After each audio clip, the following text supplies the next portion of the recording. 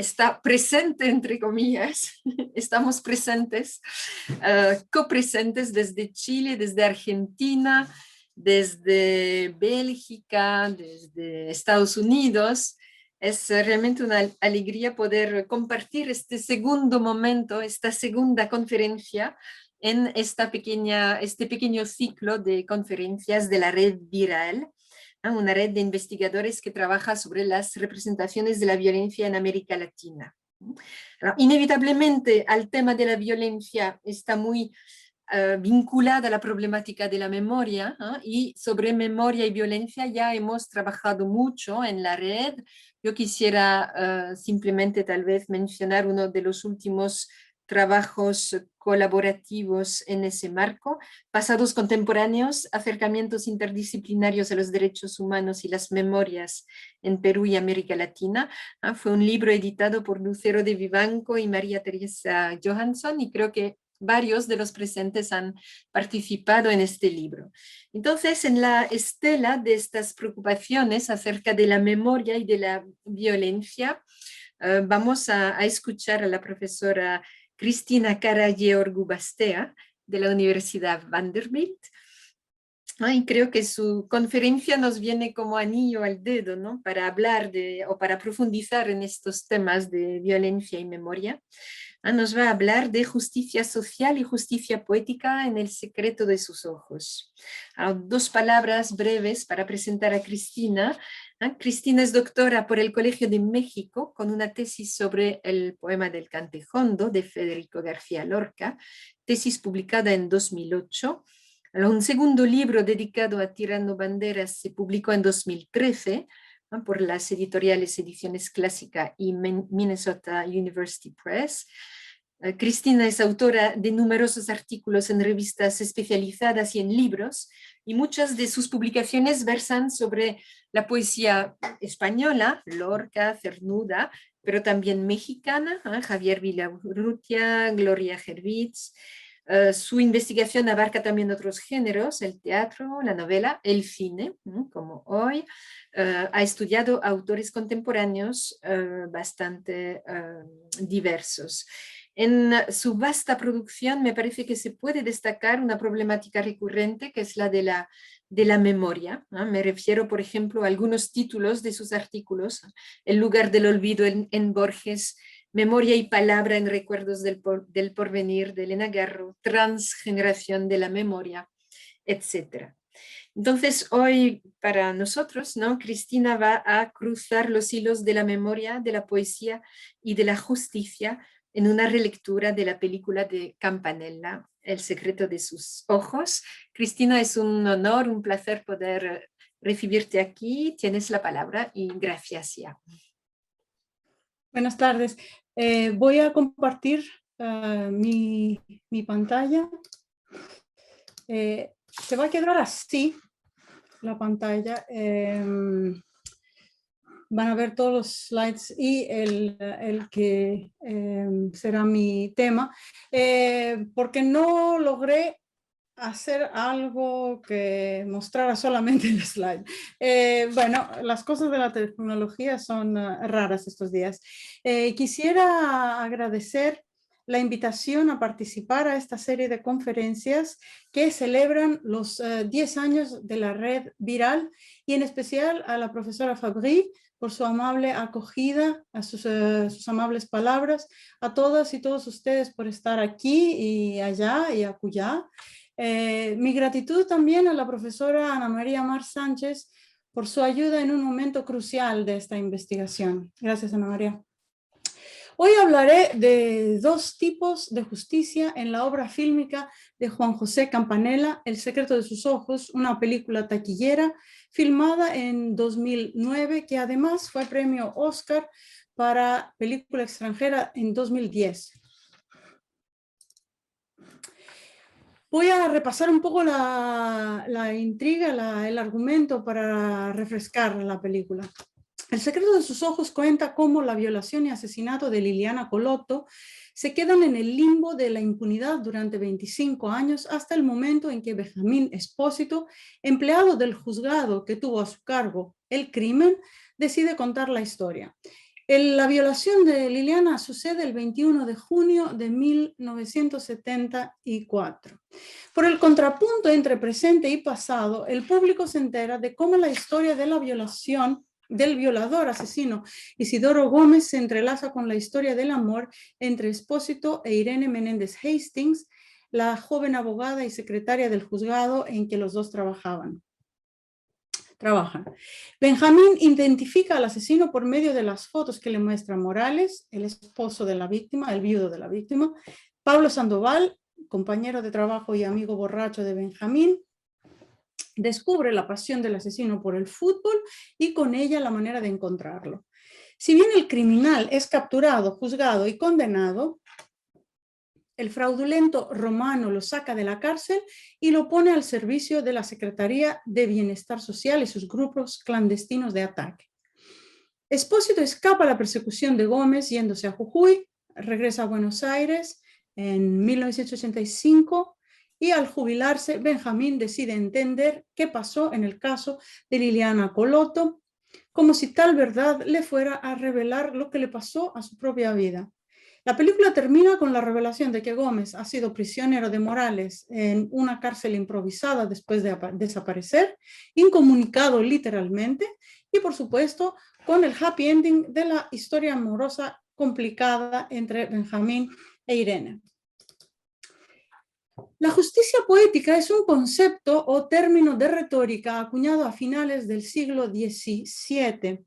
Aquí en esta diapositiva ven la reproducción de un cuadro de Antonio María Fabrés y Costa de 1887, que está en el Museo de Prado, en donde vemos emblemáticamente el concepto de la justicia poética. Claro, estamos hablando de 2 siglos después, pero hay que recordar que el neoclasicismo en la pintura llegó después del neoclasicismo en la literatura. Entonces aquí vemos a un ladrón que no solo está condenado a una prisión pública además, ¿no? Porque está atado a la pared, sino que enfrente de él tiene la cosa que lo llevó a la situación en la que está. Esta es la imagen que tenemos de la justicia poética, ¿no? Angélica Zirker la define como, cito, recompensación de la virtud y castigo del mal. Es la conclusión de una trama que presupone principios éticos más o menos transparentes, o sea, robó, lo agarraron, paga por el robo. Sino que también es una conclusión de la trama basada en una correspondencia exacta y rigurosa entre motivaciones, hechos y resultados. Frente a sociedades históricas llenas de contradicciones, momentos de daño o mundos en los que hay injusticias sistémicas, la conclusión feliz de los buenos y punitiva de los pecadores pone un sentido de orden que rara vez ocurre en la vida. La justicia poética establece un estándar de superioridad moral con fines didácticos. Es integral y proporcional al bien o al mal discernibles. Se puede satisfacer en 2 planos absolutamente extremos. Por una parte, en vistas a una teleología y por otra, en el circuito narrativo de valores éticos propios de un acto cerrado de causas y efectos claros. En el primer caso, se supone una normatividad sistémica en la que la vida humana representada en la obra obedece a una construcción cósmica mayor de leyes, autoridades y valores, donde la responsabilidad personal se desvela de manera patente. En el segundo, en el plano del acto, el sentido de la justicia poética se encuentra en la finitud inmediata de la praxis humana. El proverbio en el pecado lleva a la penitencia, que significa que el castigo acaece dentro de la lógica intrínseca del acto punible, encapsula la premisa moral de la justicia poética en la escala individual y muestra que la respuesta justa a un acto criminal se rige por la reciprocidad. La justicia poética funciona entonces por la vía de lo emblemático e infunde en la obra donde aparece una coherencia interna implacable. Por otra parte, tenemos un concepto trabajado a lo largo de siglos, la justicia, considerada el producto más digno de las sociedades humanas, la piedra de toque para la viabilidad moral de las instituciones, pero también la medida de la virtud personal. Dos elementos de la justicia como concepto me interesan aquí. El primero es su relación con el lenguaje, el segundo es su naturaleza relacional. Desde Aristóteles hasta Hobbes, se subraya que la justicia es posible sobre la base de la palabra, algo que también, ya sea en su acepción de virtud personal, su dimensión social o histórica, la justicia es algo que encontramos en el contacto, en las relaciones que mantenemos con otra instancia animada o inanimada. Sócrates afirma en la República que el propósito de la justicia es lograr el orden dentro del ser humano, apaciguando las tensiones entre las diferentes partes que lo componen. El ejemplo del individuo justo y atemperado trasciende sobre las partes de las sociedades para las que Platón considera que cada persona tiene que seguir el destino de su estatuto y talento para llegar a la justicia. El filósofo tiene que detentar el poder, el guardián cuida de las pasiones y el ciudadano trabaja en lo que su inclinación natural lo guía. El filósofo, el ciudadano y el guardián son palabras no inclusivas genéricamente, son hombres. La modernidad amplió los parámetros de la justicia para incluir en sus disquisiciones y sus esfuerzos principios como la igualdad, los derechos humanos, el parangón de la necesidad de los menos afortunados que se debe satisfacer, el valor distributivo y analógico, el concepto de injusticia sistémica. Hay, sin embargo, quien considera que desde la antigüedad hasta nuestros días, en equidad o desigualdad, la característica más constante de la justicia es la reciprocidad. Ya sea vista de manera utilitaria, es decir, vista la justicia como que sirve para la felicidad personal y la armonía social, ya sea desde un derrotero deontológico, es decir, que la justicia es un asunto de obligación y responsabilidad, una cuestión de bien y mal, la base puesta en el Levítico 24 y en el Deuteronomio 19 de la Biblia hebrea, en mayor o menor medida, acompaña estipulaciones legales que inclusive en nuestros días todavía debaten la pena de muerte. Entonces, aquí tenemos en la diapositiva esas partes que son tan comunes en nuestro conocimiento del Levítico, que dice que el que hiere a algún animal lo debe restituir, el que causa lesión tiene que tomar la misma lesión, rotura por rotura, ojo por ojo, diente por diente. Lo interesante aquí es que el que hiere a un animal ha de restituirlo, pero el que hiere de muerte a un hombre tiene que morir. El Deuteronomio amplía eso diente por diente, mano por mano, pie por pie.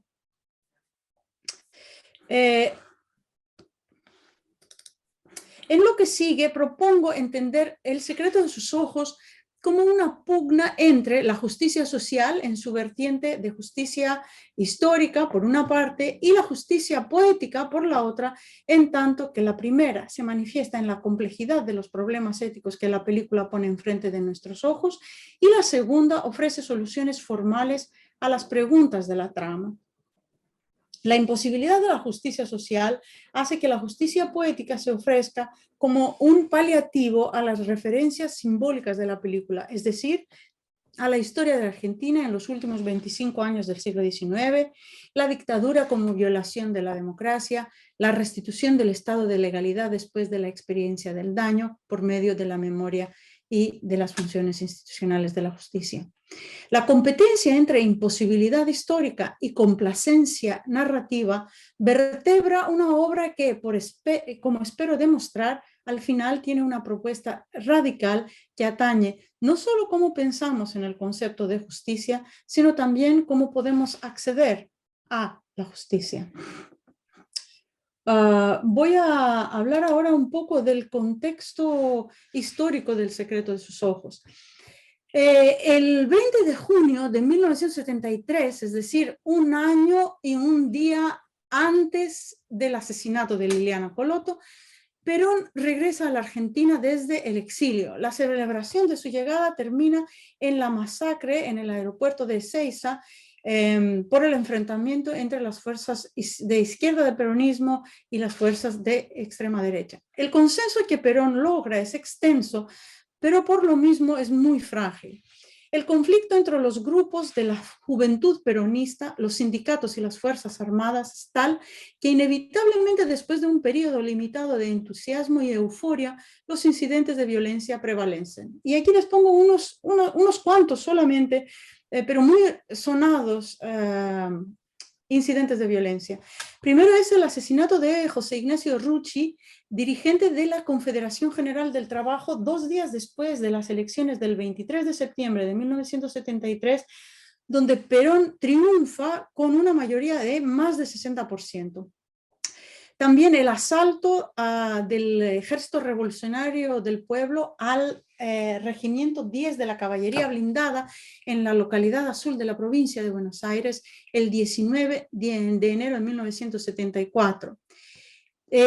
Otro momento violento es el discurso de Perón que pide acabar con los subversivos después del asalto al Regimiento 10. También Perón se enfrenta con la juventud peronista en la celebración del 1 de mayo en la Plaza de Mayo. Estos son algunas muestras de una efervescencia inquietante que se profundizará peligrosamente en los años en que María Estela Martínez de Perón, Isabelita Perón, asumirá la presidencia y esa efervescencia eventualmente llevará a la dictadura de Videla. El 12 de junio de 1974, es decir, 9 días antes de la ficticia violación y asesinato de Liliana Coloto, Perón se dirige por última vez a su pueblo y 9 días después, el 1 de julio, se muere. Incrustado en este ambiente de turbulencia social, el crimen de Gómez, parcialmente filmado y brutalmente representado en la figura de Liliana muerta, doblemente vulnerable por agredida y expuesta, resulta emblemático de la turbamulta social que la película replica analógicamente. Eso lo vemos en la violencia sufrida por los albañiles en manos de la policía, las conversaciones soterradas sobre política en el Tugurio donde Pablo Sandoval se emborracha, la riña entre Espósito y Romano en el juzgado, el asesinato de Sandoval. Entre estas escenas que impregnan la película de violencia está la pelea de borrachos que Sandoval sostiene con el mismo personaje secundario, pero clave en el asunto de la justicia, que es el escribano Andretta, el intérprete de las cartas robadas, cuya aprobación lleva a la captura del asesino. El escribano es conocido entre sus compañeros de copas como Platón. Dice Sandoval que por la academia, refiriéndose a la afición de Andretta por el club de Racing, conocido también como la Academia.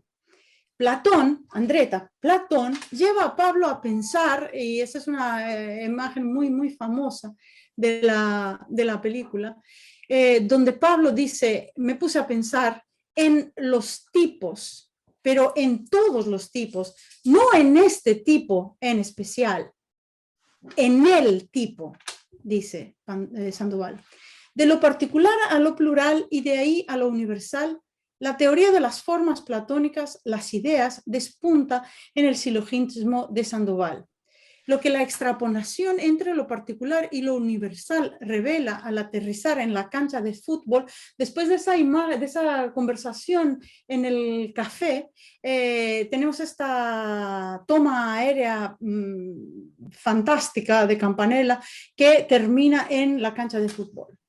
Lo que la extrapolación entre lo particular, los tipos, el tipo y lo universal revela al aterrizar en la cancha de fútbol es la derrota de la idealidad en una sociedad en que la escopofilia deportiva se ha convertido en arquetipo de acción cívica. El contraste entre el ideal que pinta Pablo, el contraste entre el ideal que pinta Pablo en el Tugurio decadente y los brutos absortos en el estadio sería irónico si no fuera por la violencia latente que desde las gradas replica todas las demás violencias que se ciernen sobre la historia. Pero ahí no termina la trascendencia del fútbol en la película. Un 21 de junio, 4 años exactos después de la violación y asesinatos ficticios de Liliana Colotto, en la semifinal de la Copa del Mundo 1978, sucede la fantasmagórica y fraudulenta goleada 6-0 contra Perú, con la que la selección argentina en plena dictadura ya pasará a la final de la Copa del Mundo, que ganará por primera vez en el Estadio Monumental de River Plate, a 1.300 metros escasos del centro de detención y tortura de ESMA. Hay que recordar que Argentina necesitaba 4 goles para pasar a la final, entonces, y Videla visitó a los equipos antes del juego, ¿no? Las referencias a la historia de Argentina hacen imposible una interpretación a favor de la justicia, y es por eso que parece no solo verosímil, sino necesario que Gómez se capture, se juzgue, se condene dentro del margen de un estado de legalidad institucional y que al cabo se libere para seguir su carrera de bravucón y asesino en una sociedad que va hacia la ilegitimidad completa de la dictadura por la vía de la represión. Algo que curiosamente no filma Campanella es lo que daría para un momento glorioso en términos de justicia: el proceso contra Gómez.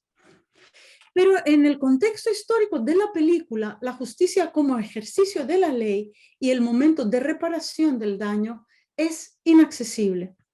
Cito: el juicio es al mismo tiempo la culminación de un trabajo de memoria y punto de partida de un proceso de superación.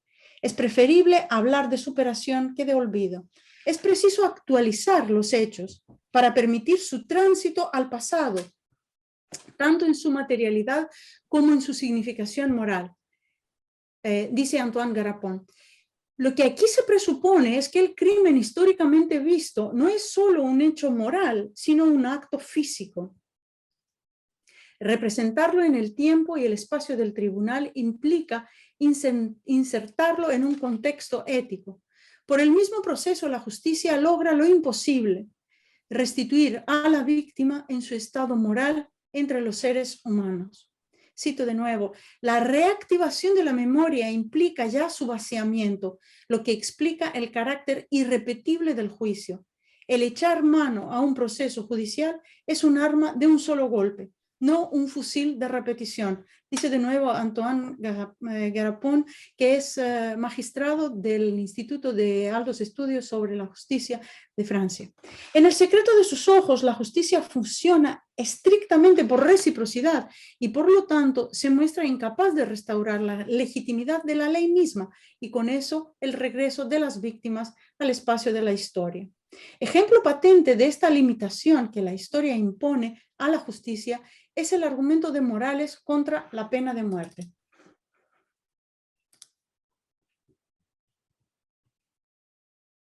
Dime una cosa. Cuando lo encontremos al tipo este, ¿qué condena le toca? Y homicidio calificado por violación le corresponde perpetuo. ¿Qué va a hacer? Acá pena de muerte no hay. Yo no estoy de acuerdo con la pena de muerte. No, yo tampoco. Pensé que a lo mejor para usted era como una retribución o algo así. ¿Retribución? ¿Que lo van a violar y lo van a matar a golpes como hizo con ella? No. Le darían una inyección y se quedaría dormido lo más ancho. Muy injusto. ¿Sabe lo que daría yo por una inyección así?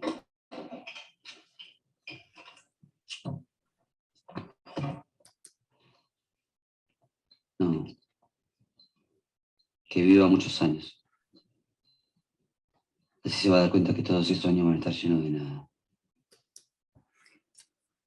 La pena de muerte, la cual por violación y golpes replicaría el destino terrible de Liliana, no es la justicia a la que Morales aspira. Lo que Morales quiere para Gómez es una condena que replique el crimen cometido en contra de el mismo Morales. una vida llena de nada. En vez de la restitución de vida al cuerpo femenino violentado, aquí se trata de una refuncionalización literal de la lex talionis. Frente a esta vida vacía, que bien podría significar una vida sin justicia, Benjamín toma la iniciativa de entender.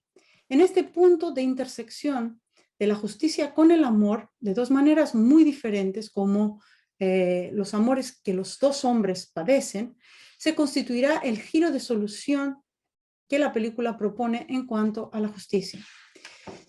Uno de los elementos clave en la tensión entre justicia social y justicia poética se encuentra en la escritura. Benjamín escribe casos, folios, una novela, notas de ejercicio medio dormido. Gómez escribe cartas a su madre. Pablo Sandoval encuaderna de manera artesanal los casos de la secretaría. Irene dicta documentos. Fortuna Lacalle los firma declarando en su poco cuidado a la escritura y a la lectura su insanía en sentido jurídico.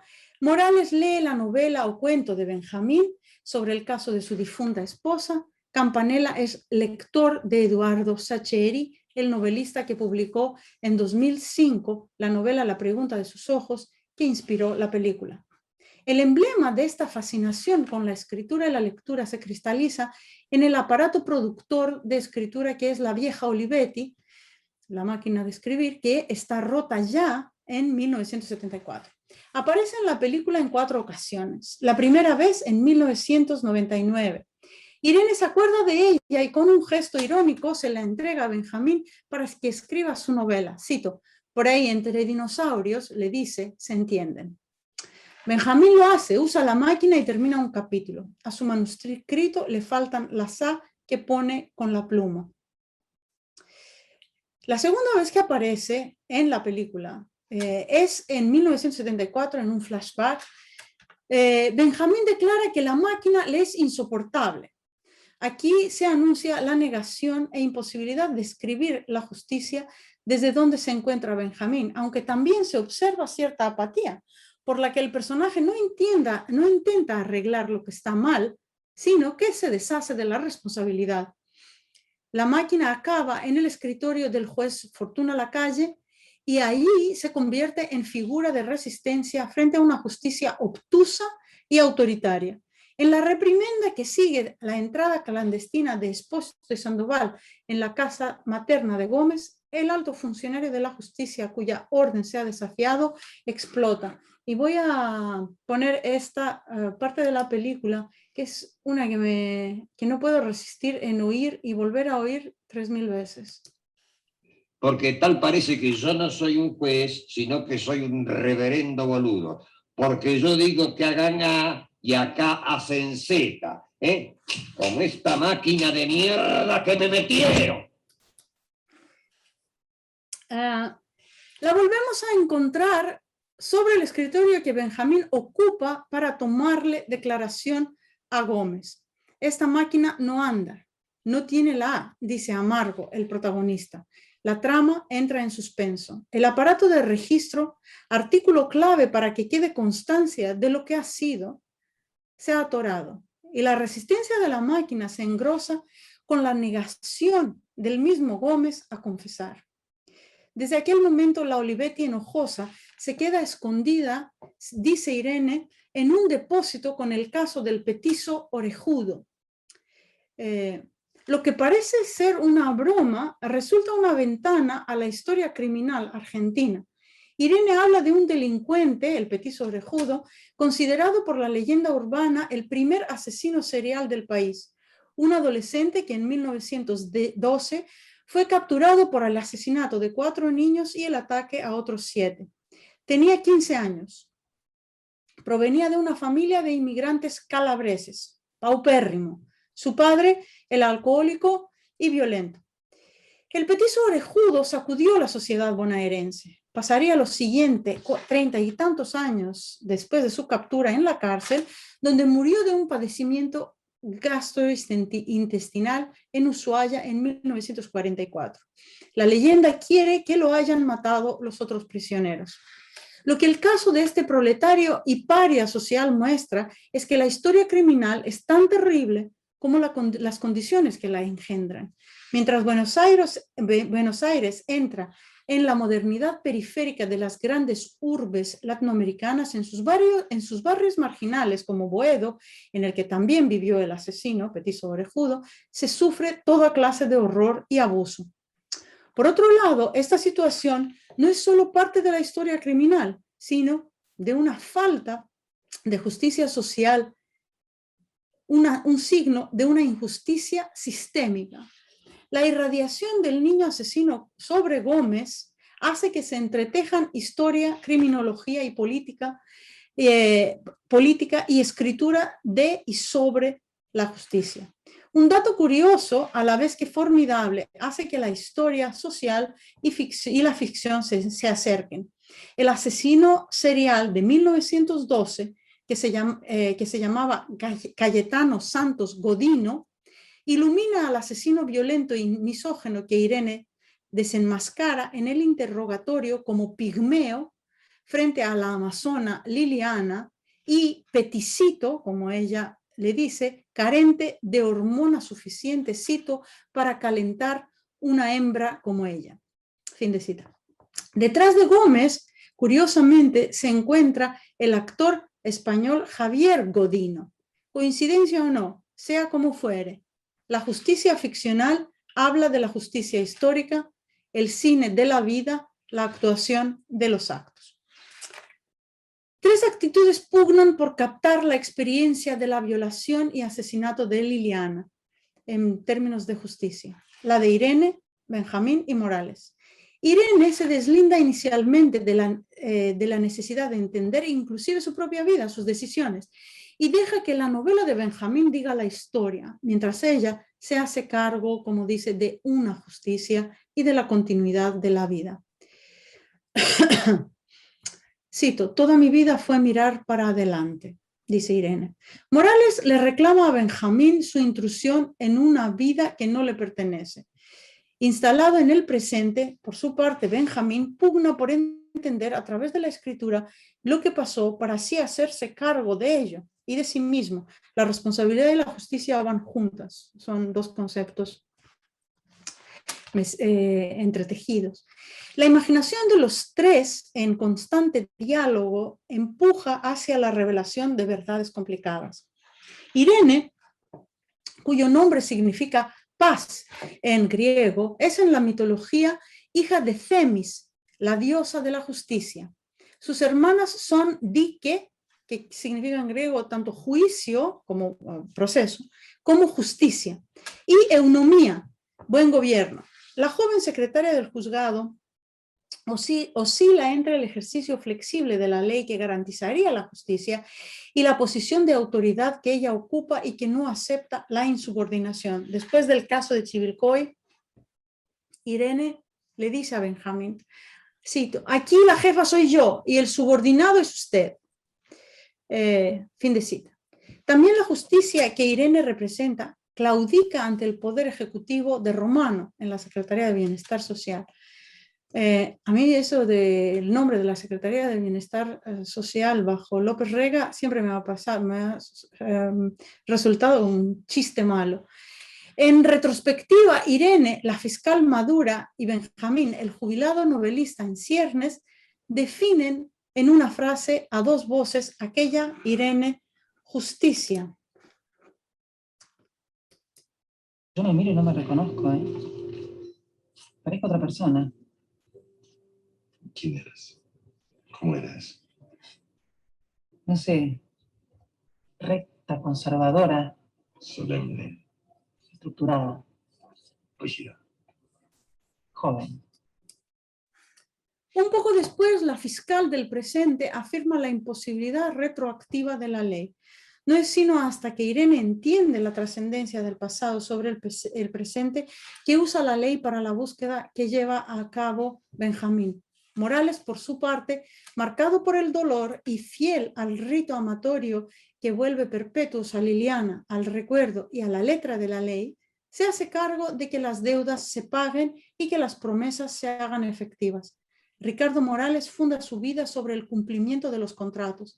Es el eterno casado viudo, guardián de la condena perpetua de Gómez, el que paga todas las que debe. La dimensión legalista de la vida de Morales se anuncia en su declaración de cambio de domicilio, que a palabras de la empleada, cito, es una obligación legal. No es si quiero lo hago y si no quiero no lo hago. Fin de cita. Ascético, mártir e infeliz, porque no puede olvidar, el viudo es Morales en el sentido de la genealogía de la moral de Nietzsche. Es el hombre que actúa a conciencia, ejerce de autoridad, aboga con su vida por la rectitud de la ley, por su impostergable aplicación. En su mundo, la responsabilidad civil se torna instrumento de dominación. La justicia de Morales es justicia poética, recíproca, literal, y peca de crueldad porque le sobra coherencia y rectitud. Es venganza. Ricardo usurpa así la función de la ley y pervierte la eunomía de la polis, convirtiéndola en un simulacro. Por último, la justicia de Benjamín se plasma en su palabra. La indagación del personaje es irreprimible y las soluciones que exige son al final epifánicas. Pero ¿qué es lo que encuentra Benjamín al final de su búsqueda? Encuentra al desaparecido Gómez.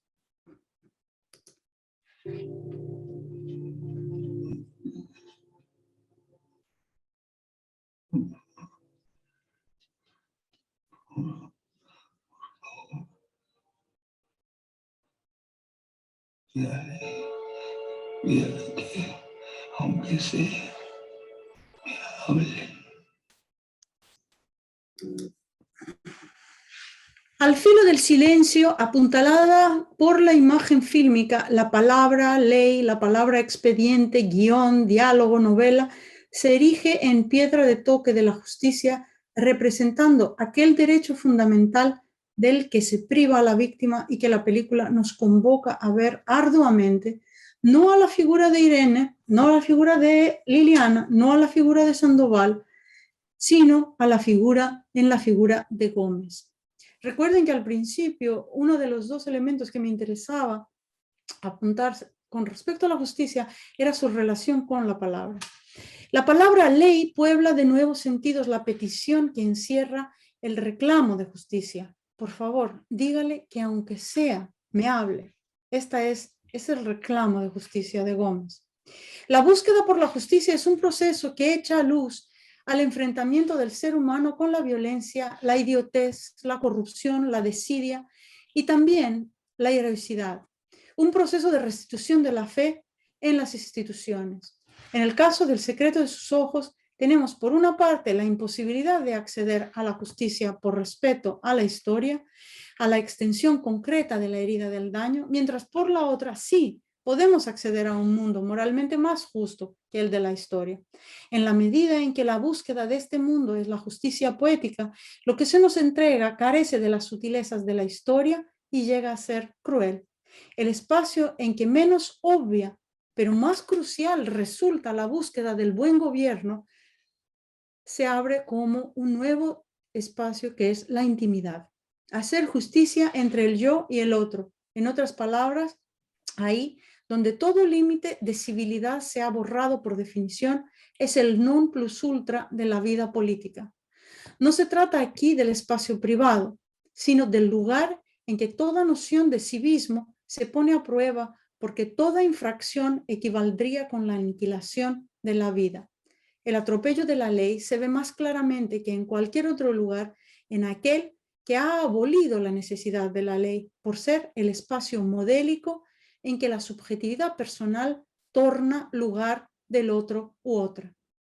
El espacio que se ha violado y asesinado al principio de la historia, la causa en sentido de razón y de caso judicial, de donde empieza su novela Expósito.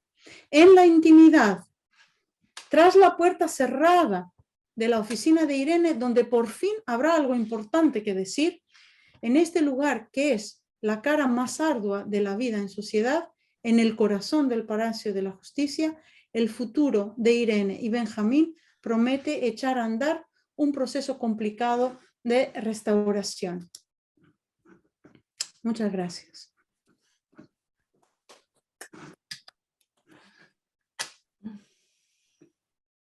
Bien. Muchísimas gracias, Cristina, por esta, aquí está, sí. Muchísimas gracias por esta lectura y relectura, ¿no? Que abre nuevas vías para la interpretación de esta película que pensábamos conocer, pero la tomas por, digamos, otros lados y realmente renuevas la lectura que podemos hacer de ella a partir de este concepto de justicia poética, justicia social, justicia, ¿no? De la palabra. Bien, pues ahora tal vez podamos abrir, ¿no? el debate, la discusión. ¿Quién quiere comentar o plantear una pregunta a Cristina? ¿Sí, Ana María? Sí, yo quería, más que preguntarle, quería comentar algo que me interesó mucho lo de la justicia poética, porque en textos que han tenido que ver con la dictadura, hay una novela de Sasturain en donde la que fue torturada reconoce la voz de su torturador y lo mata, ¿no? Es una de las pocas que conozco con las mismas, con una característica más o menos parecida.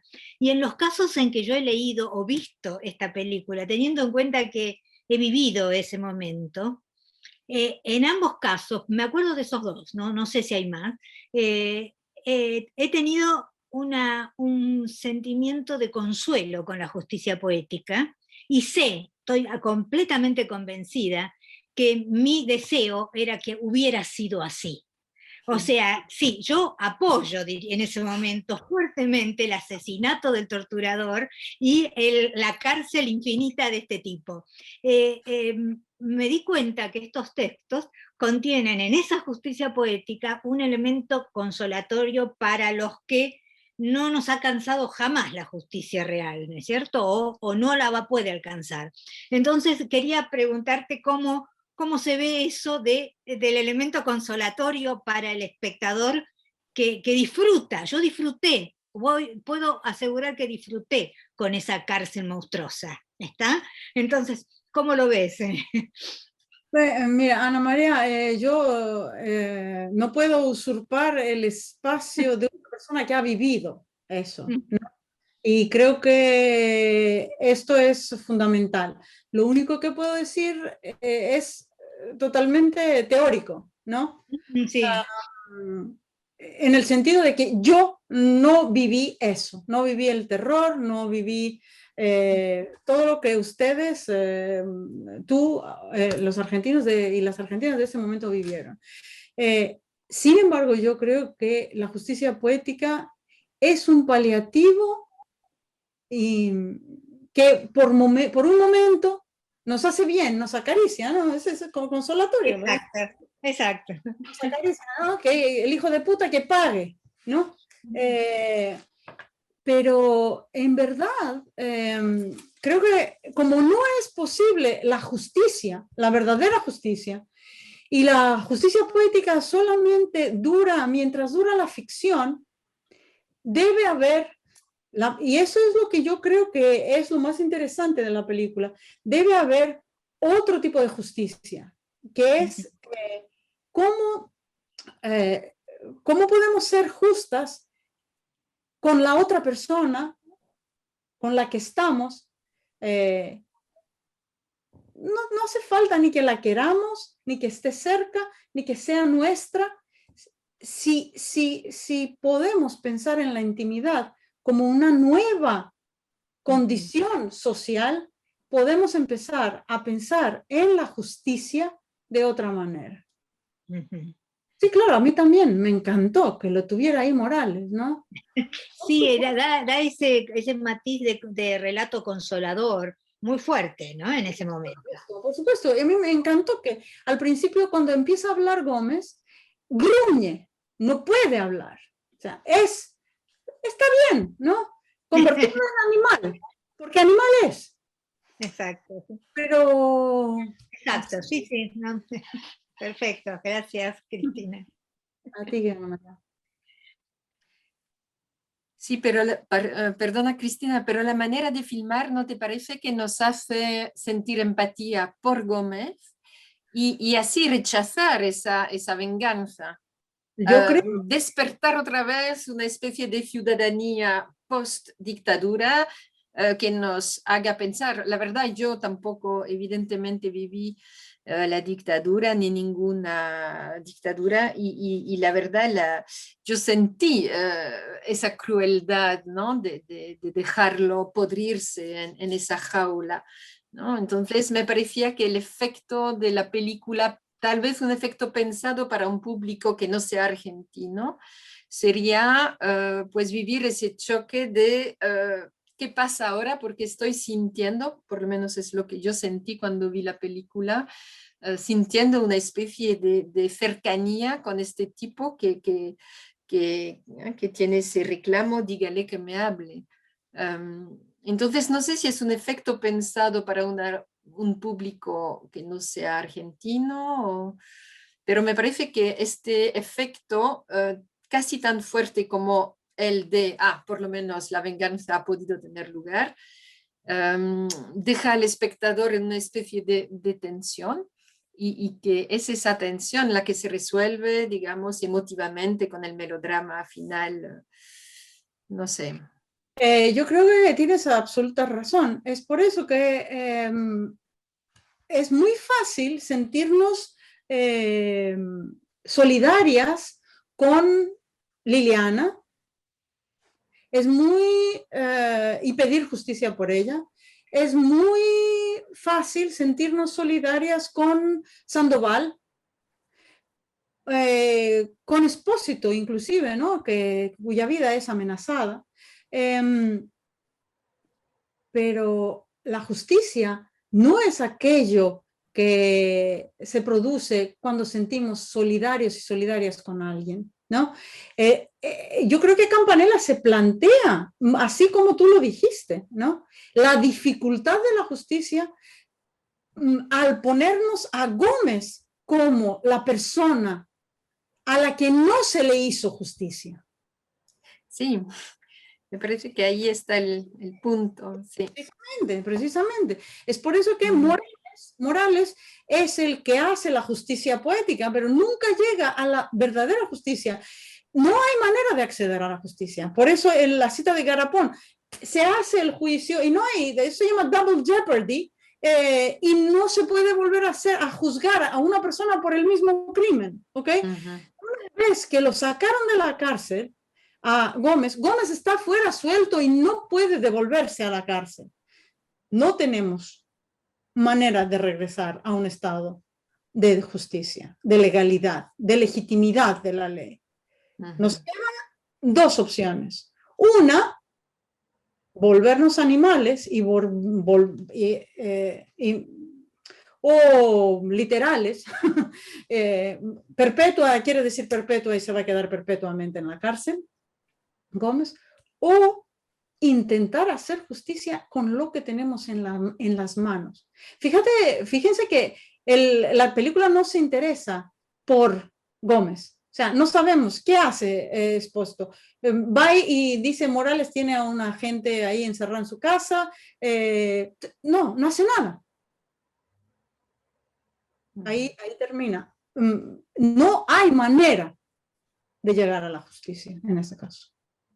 Pero sí, tienes razón. Gracias. Elvira, tal vez.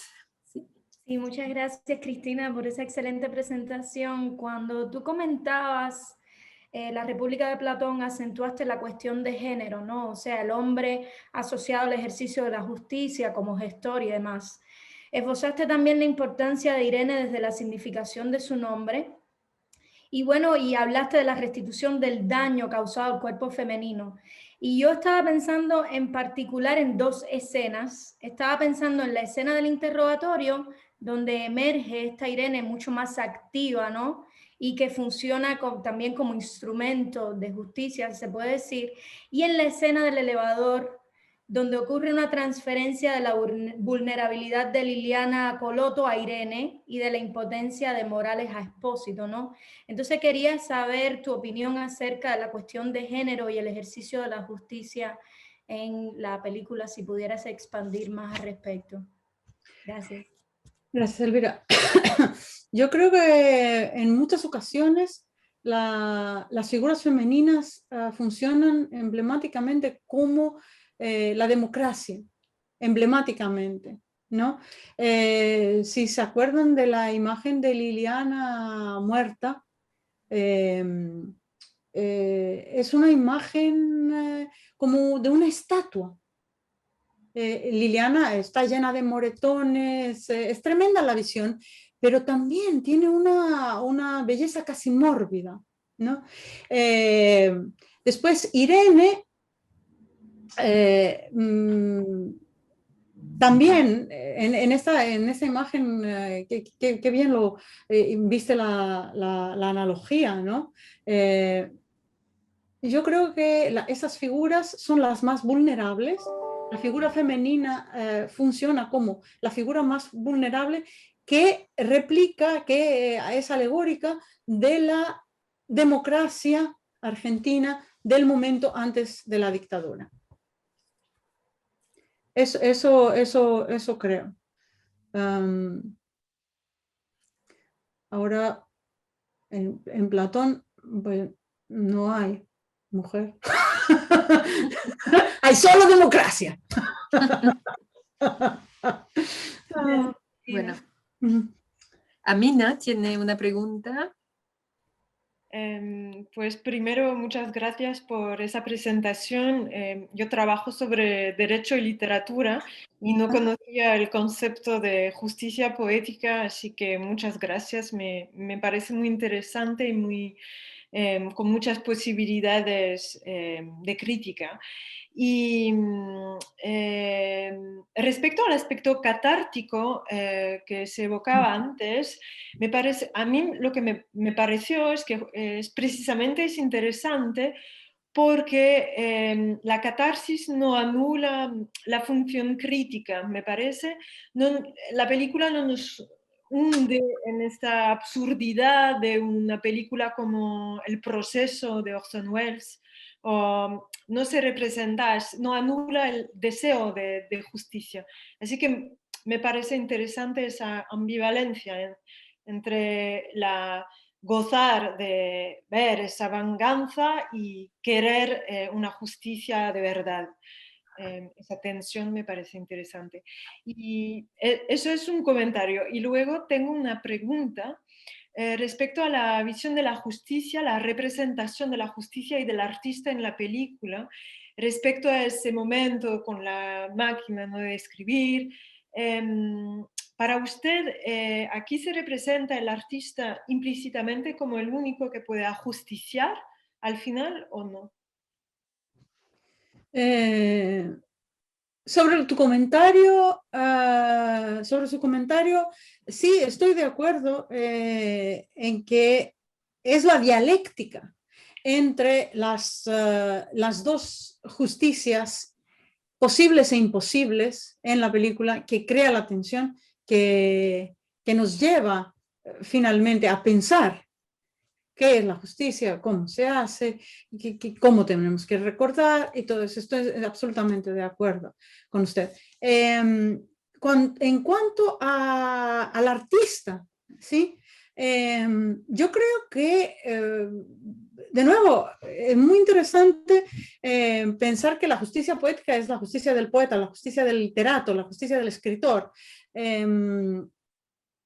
Sin embargo, por el maniqueísmo, digamos, que yo veo en la justicia poética,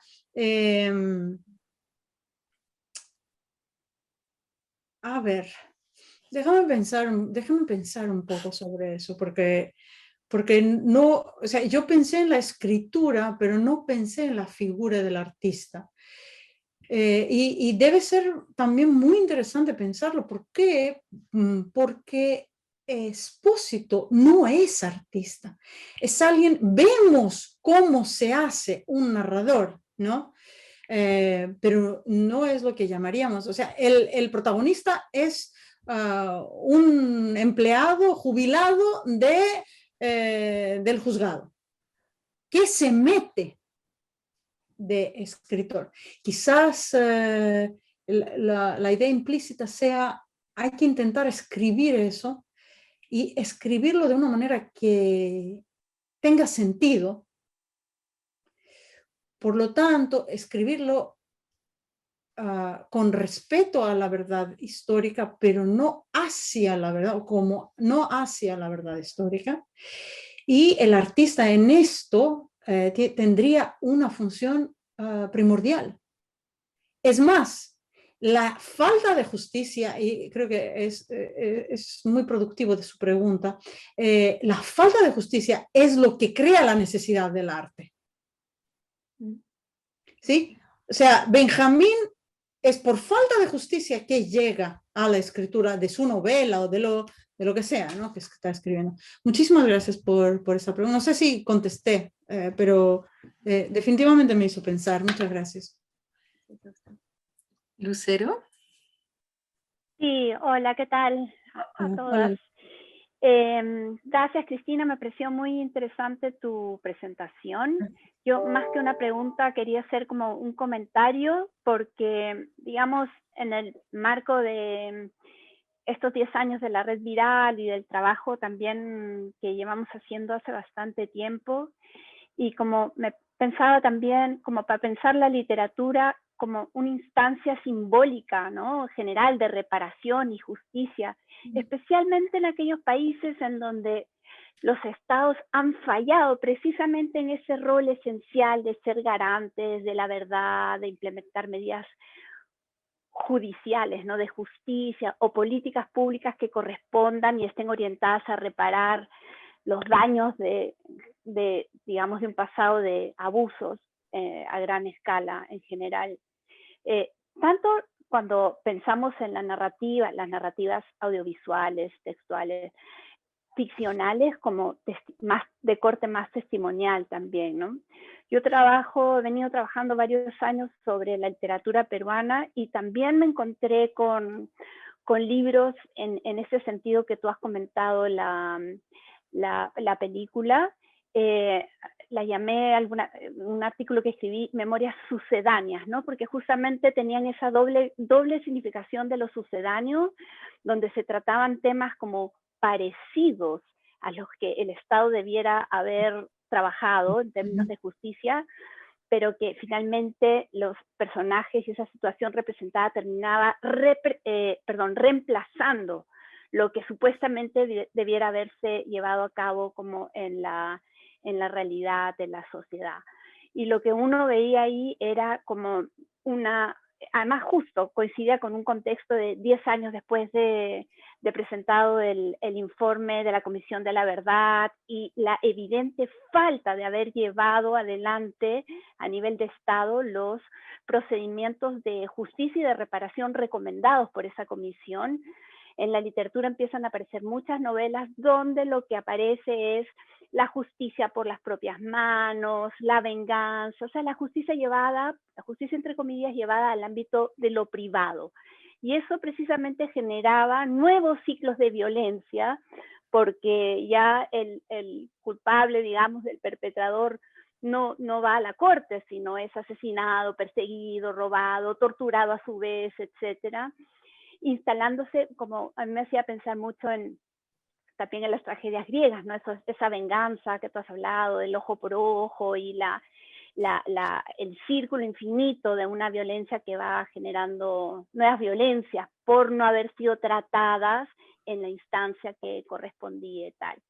Entonces, como para plantearlo también en un marco más amplio de todas estas narrativas y poesías, digamos, donde se trabajan estos temas. Sí, yo creo que su comentario tiene mucho que ver con lo que Amina comentó, ¿no? Esa necesidad de que el arte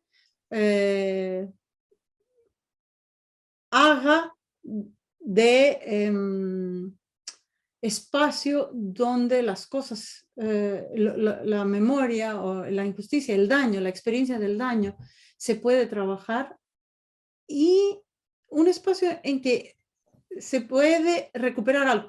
En ese sentido, el consuelo, Ana María, el consuelo algo hace, ¿no?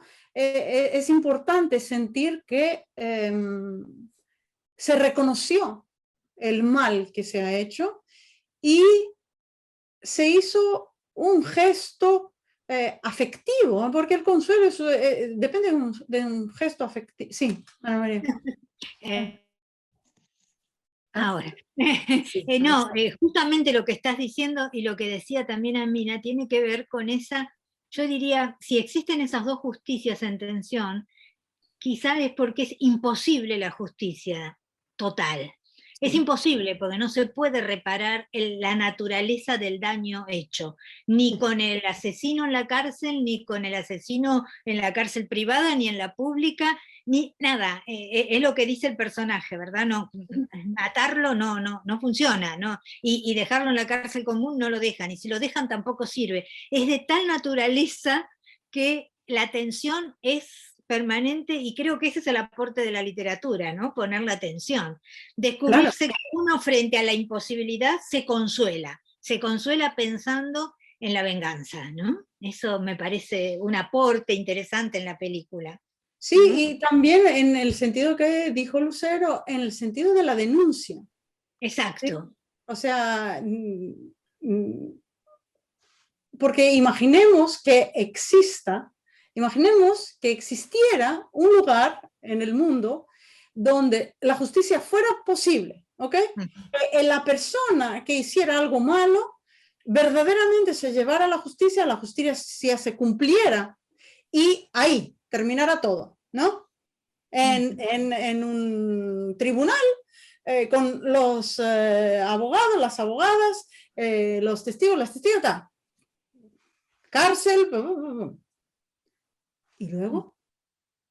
O sea, la justicia tiene que ver tanto con nuestra virtud personal como con nuestra creación social.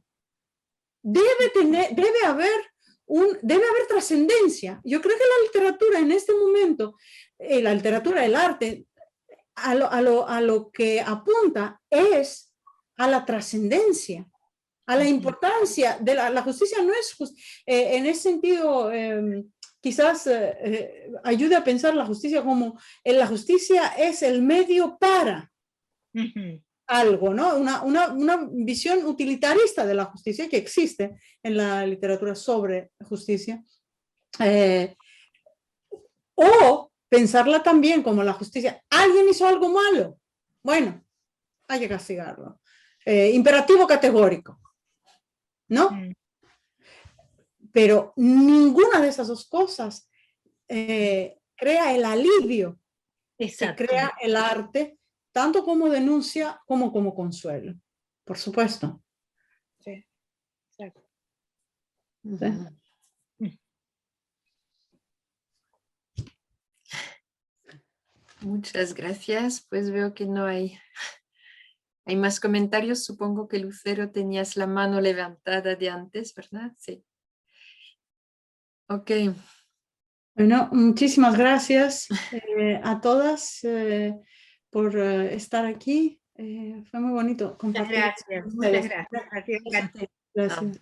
Bueno, pues Cristina, gracias a ti. Yo creo que es realmente muy estimulante, nos invita a volver a pensar, ¿no?, en distintos contextos, ¿no? Problemáticas, ¿no?, con la justicia, la reparación. Yo creo que no solo tiene que ver con el problema de las dictaduras en América Latina. Yo estoy pensando ahora mismo en el contexto belga y toda la problemática decolonial. No hemos terminado con las deudas del pasado.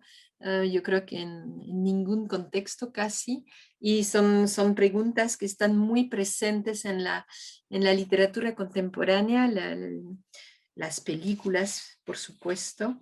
Así que realmente muchas gracias por habernos dado claves, ¿no?, para pensar estas problemáticas.